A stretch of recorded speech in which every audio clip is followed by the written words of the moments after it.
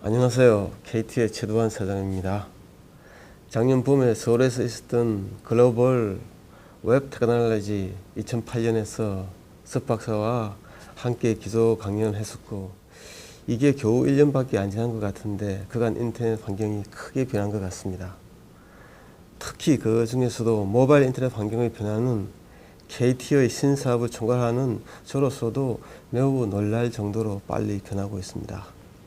오늘 인터넷 발명의 40주년을 기념하여 인터넷의 대가인 서프 박사와 이렇게 빨리 변하는 인터넷 환경에 대하여, 그리고 인터넷의 현재와 미래를 논할 수 있어서 매우 기쁘게 생각되고 많이 기대가 됩니다. 인터넷 프로토콜을 개발하고 또 지금은 인터넷 전도사로 활동하고 계시는데, 전 세계 대상을 다니면서 많은 사람들을 대상으로 강연하고 있는 걸로 알고 있는데, 그런 강연, 그 다음에 또 인터넷 전도사의 역할로서 궁극적으로 사람들한테 인터넷에 대해서 무엇을 알리고 싶으신지요? Okay, so I think the most important message that I can deliver has to do with the scope and the rate of change of the internet and its content. Here we are in 2009. We are just about to enter the second decade of the 21st century. And we can tell some things are happening to the internet today. We can make some projections about what will happen in the next 10 years. The first thing is many, many more mobiles will be on the network. The second thing is that a great deal more information is going to come into the net, sometimes from users like you and me. YouTube is an example of that.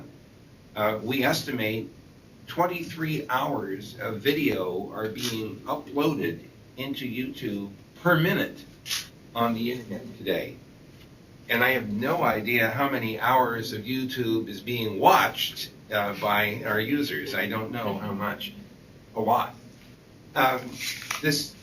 Another thing which we can see happening is that the access speeds to the internet are going up. And frankly, Korea has become one of the very high points in access to the internet. You have very high data rate mobiles. You have very high data rate dedicated services. Many other countries wish that they had as much penetration and as much high-speed access as you have. Sometimes it makes me think I should move to Seoul, where I would get better access to the internet than I do here in Washington, D.C. Another thing which we know about is that the users of the internet are distributed differently now than they were 10 years ago. There are about 600 million people in Asia that are on the internet out of about 1.6 billion worldwide. Asia represents the single largest geographic user base on the internet. No other continent has as many users as you do. The Chinese have 338 million users all by themselves. So they represent a very significant force on the network. The important thing about the influx of Asian colleagues onto the net is that there's going to be an increase in the content of the network coming from these sources. And I expect to see a great many more contributions coming from Korea and China and Japan and the other countries of Asia. Google recognizes that there will be a very large amount of information coming onto the net in different languages. And we have been working very, very hard to find ways to translate, make everyone's information accessible and understandable. This is not an easy thing to do, but we've now announced 51 languages we can translate to and out of 51 languages on the internet today. The quality of the translations is not perfect, and the quality varies depending on the pair of languages that we're dealing with. But we're always trying to improve that quality. And when a user makes use of Google's translation services, If we don't do a good job, there's an opportunity for a native speaker to say, you could have translated this better, and that helps us make our software work better. Another thing which is happening during this next decade is an increase in the number of devices that are connected to the network. Things like kitchen appliances, refrigerators, washing machines, ovens, and things like that, picture frames. We are also seeing sensor networks showing up on the internet. There will be many, many of those because many homes and many office buildings will be instrumented using sensor system. I have a personal example that I can share with you. In my home, each room has a small radio-based sensor. It's running the IP version 6 protocol. I'm very proud of that because that's the new generation of protocols. And it is keeping track of the temperature, the humidity, and the level of light in each room. One of the rooms in the house is the wine cellar. And this is a very important room to me because I have to make sure that the temperature stays below 60 degrees Fahrenheit. Otherwise, the wine will go bad. And I like to keep the humidity up so the corks don't dry out. So that system is monitoring the temperature and the humidity and the light levels every 5 minutes. And it stores the data in a server that's sitting in a rack in my basement. That particular sensor system will send an SMS to my mobile if the temperature goes above 60 degrees. And that way I can respond by calling my wife to say, turn the cooler back on, the wine is getting warmer. I believe, though, that we are going to see a large number of homes and office buildings instrumented this way because there's another project which Google is participating in and the American government is pursuing, and we call it the Smart Grid. We're talking about power generation and distribution. For the first time in history, it's possible to imagine appliances that use electricity, that consume electricity, to be controlled by the power generation system to say, why don't you stop cooling the house right now? Why don't you stop heating the water right now? Because I'm hitting a peak load. Up until now, the only thing we could do would be to respond to the demand for electricity by increasing its production. Now we have the possibility not only to do that, but to also say, why don't you reduce your demand right now? I don't have enough capacity to take care of everyone. So this smart grid idea will lead to a large number of sensors all around the internet. Google has been investing very heavily in what we call cloud computing. What that really means is very, very large-scale data centers with a large number of computers in each of them. We copy information from one data center to another to make sure that your data is always available to you, no matter where you are and no matter where it is. So if a data center goes away for some reason, like a power failure, it won't matter because the information is copied in multiple sites. If the application that you're using at the moment requires more computing power, maybe because you're searching through a large database, the cloud computing environment allows us to expand the capacity that is needed to serve your application, and when it's done, it is that capacity is turned over to someone else.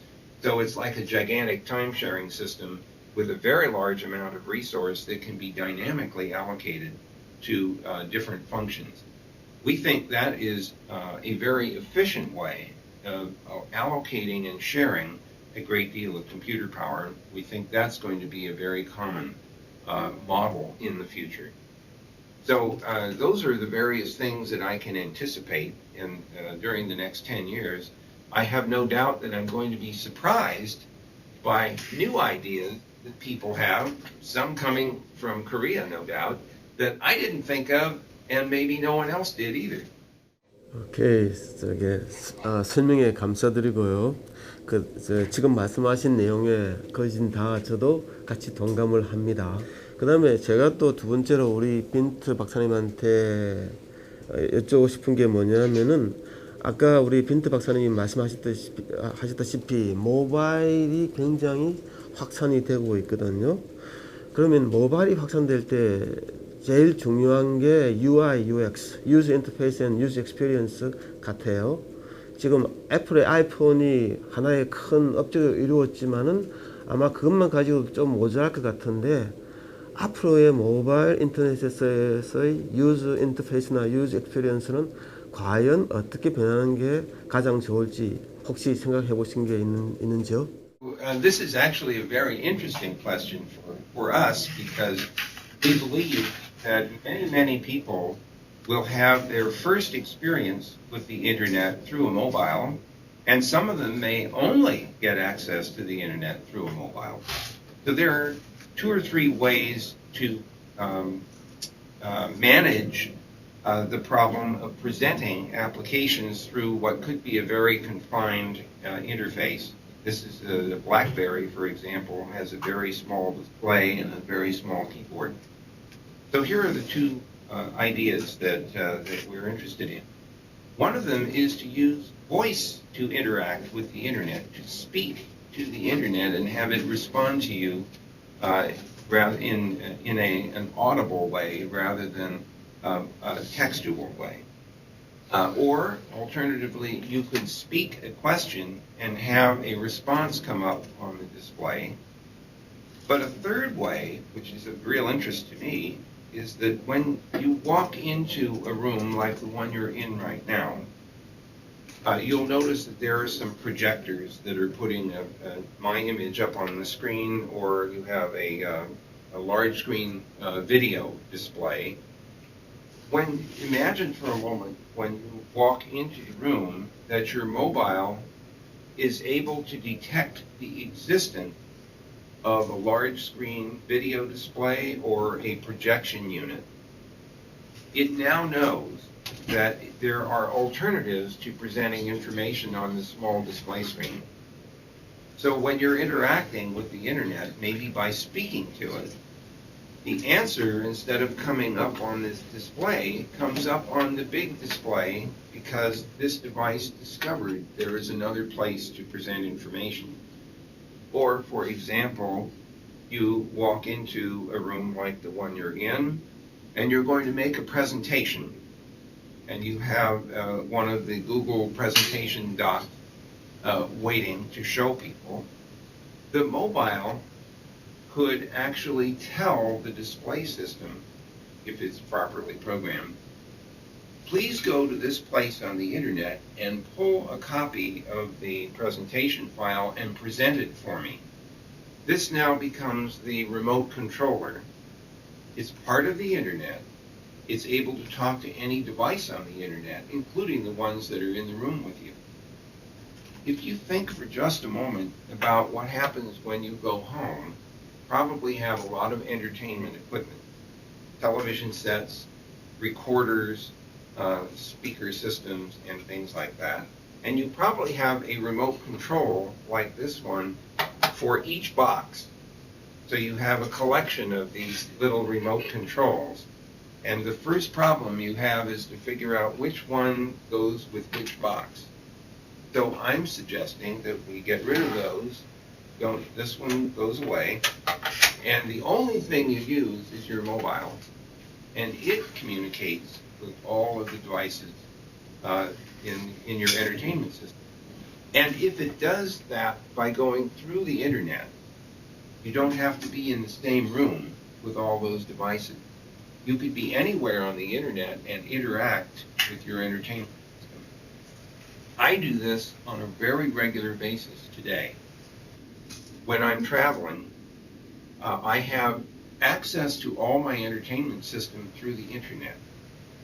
And I can tell my video recorder to record these television programs, to erase these other programs, and generally to perform those functions that I would normally ask for it to do when I'm at home. So by putting all these things up on the net, you make them remotely accessible. The same could be said for the security system in the house. The same could be said for the environmental controls in the house. So your mobile could become your personal controller for all of your equipment at home and in the office, in the car, and the things that you carry around with you. This is a question that I am interested in understanding in Korea especially. One of the reasons that the internet has been such an interesting place to be is that here in this country it has been very, very open. Anyone can put a new application on the network without having to get permission from anyone to try it out. And that's why companies like Google were possible, because the founders of the company simply designed their web search engine and put it onto the network and made it available to everyone. So the question I have is whether the internet is open in that way in Korea.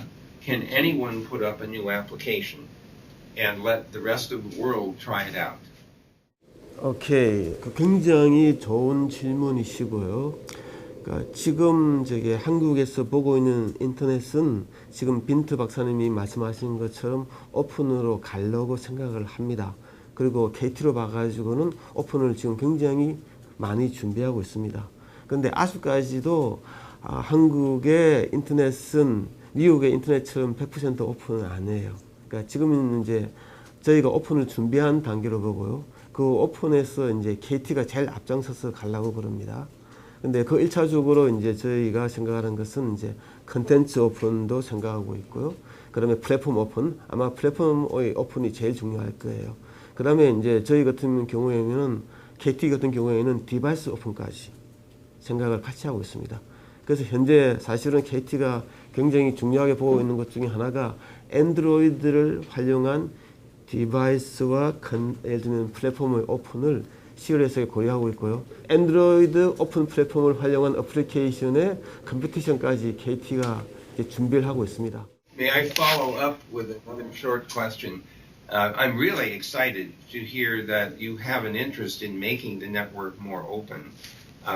We are very committed to open platforms like the Android operating system or the Chrome browser and the to-be released Chrome operating system. A lot of our applications have what we call application programming interfaces, so other people can present information through them, like Google Earth and Google Maps. So is this a decision, this openness, is this something that the government regulators need to decide?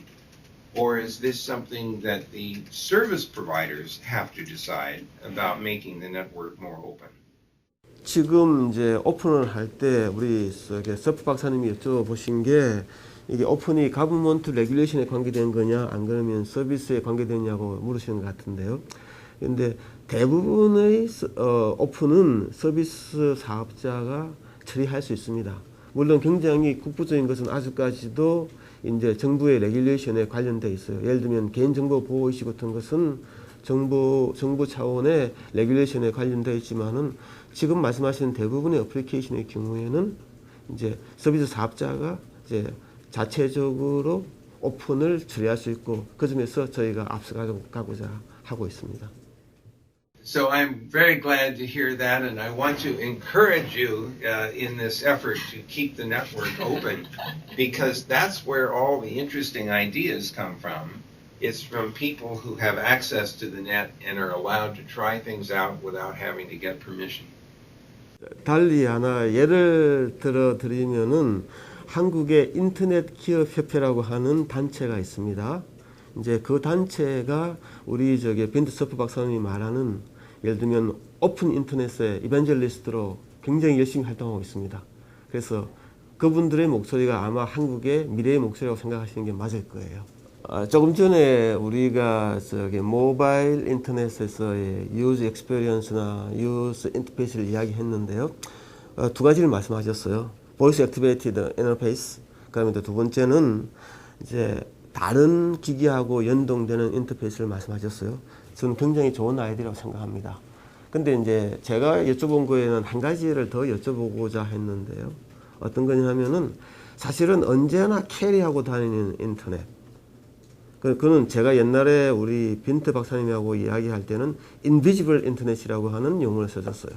그러니까 언제나 캐리하고 다니는 인터넷의 경우에는 아까 말씀하신 유저 인터페이스 중에 보이스 액티베이션은 가능하지만 다른 장비와 연동되는 인터페이스는 유저 인터페이스는 좀 어렵거든요. 그러니까 언제나 캐리하고 다니고 혼자서 쉽게 볼 수 있는 이렇게 인터넷의 경우에 혹시나 유저 인터페이스로서 생각하고 계신 게 있는지를 추가로 질문드립니다. Actually, this is a very interesting idea that there will be an invisible internet. You are quite right.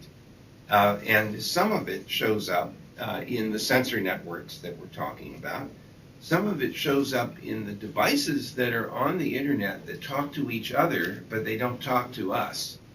They don't need to. They're coordinating their own actions. So I think that we will probably see an increasingly large part of the internet being used by devices that are talking to each other that we don't notice. They're just doing work for us while we're doing something else. And I find that to be rather an interesting idea because the internet now kind of hides in the background and it's just there when you need it. On the other hand, I also think that the internet is going to be more and more visible to us because we will rely on it to do various things. We didn't mention this before, but one of the interesting features of mobiles is that they often know where they are from either the global positioning satellite system or from estimating where you are based on the radio base stations that the mobiles connect to. That means that you can ask questions of the internet that relate to where you are. For example, where is the nearest hospital? Where is the nearest bank? Where is the nearest school? That means that information in the net that has geographic significance is getting more valuable because people are interested in knowing things about where other places are or what is actually going on in those places, what events are going on. So I think another very important part of the internet's evolution is an increasing amount of information related to location. And I'm sure that that is going to be a central part of the internet's development over time. We actually talked a little bit more about the user interface to the mobiles. One of them is to use speech as a way to interact with a mobile. Another one is to use other devices that are nearby. Now, I don't know whether this is true in the Korean hotels, but in the American hotels, when you walk into the room, you often see a keyboard on a table. The keyboard has a wireless connection to the television set. And so you can use the keyboard to surf the internet using your TV. But you could also use the keyboard with your mobile. So you put the mobile on the table and the keyboard talks to the mobile using Bluetooth, for example. And so suddenly the mobile becomes just one of several devices that are serving you in your use of the internet. So we're no longer confined to the restrictions of these small devices because we can use additional equipment in the room to expand our access or to make more convenient our access to this system. 인터넷 컨텐츠의 중요성, 모두가 다 세계 어디서나 모든 나라의 국민들이 다 접할 수 있는 컨텐츠를 이야기했고요. 두 번째, 우리가 또 인비지블 인터넷을 이야기를 했잖아요. 그렇다면은 이제 예를 들면 언제나 가지고 모든 사람이 활용할 수 있는 인터넷의 방향은 제 견해로는 인텔리전트 날리지 서비스 프로바이더로 생각을 하거든요. 개인적인 그러니까 각 개인한테 필요한 날리지를 인텔리전트하게 프로바이딩하는 툴로서의 인터넷을 굉장히 중요하게 여기고 그것을 하나의 인터넷 서비스의 방향으로 보고 있습니다. KT는 그 점에 대해서는 우리 브랜드 서피 박사님의 의견은 어떠신지요? This is another idea that Google is really excited about. You remember that our whole purpose in life is to try to organize the world's information and make it accessible and useful. But what we know is that we are a long way from reaching that goal. We can see a great amount of information coming into the network from the users like you and me who want to share that information with everyone. What's hard to do, though, is to have your computer understand what that information is. So when we do a search on the internet today, put in a string of Korean words, we look for web pages that have those words in them. But our computer doesn't know what the words mean. If we could ever get to the point where the software actually understands what the words mean, it may be able to find things on the net that are relevant, but which don't actually use those words, but use words that have similar meaning. I know that Eric Schmidt, our CEO, hopes that someday it will be possible to have a dialogue with Google, with the internet, and to describe to Google what it is that you are trying to accomplish, and have Google come back and say, oh, you need information like this. Here is a web page, here is a book, here is a video that will help you solve the problem or answer the question that you're trying to answer. Today, we aren't capable of doing that. The best we can do is to say, you asked us about these words and we found these pages on the internet or this book or this video that has those words in it, but we don't know what they mean. So our big challenge is to get the computers to actually understand the meaning of things and then help people find that information. That's the way you begin to turn information into knowledge that you can actually do something with. Okay, so I'm curious to know why it is that mobile penetration in Korea is less than it is in Japan, for example. I had actually thought that mobiles were as popular in Korea as they are in Japan. The ones I've seen in Korea have higher data rates than anywhere in the whole world. So can you help me understand more about the mobile market in Korea and what the penetration is like and whether you think it's going to go up?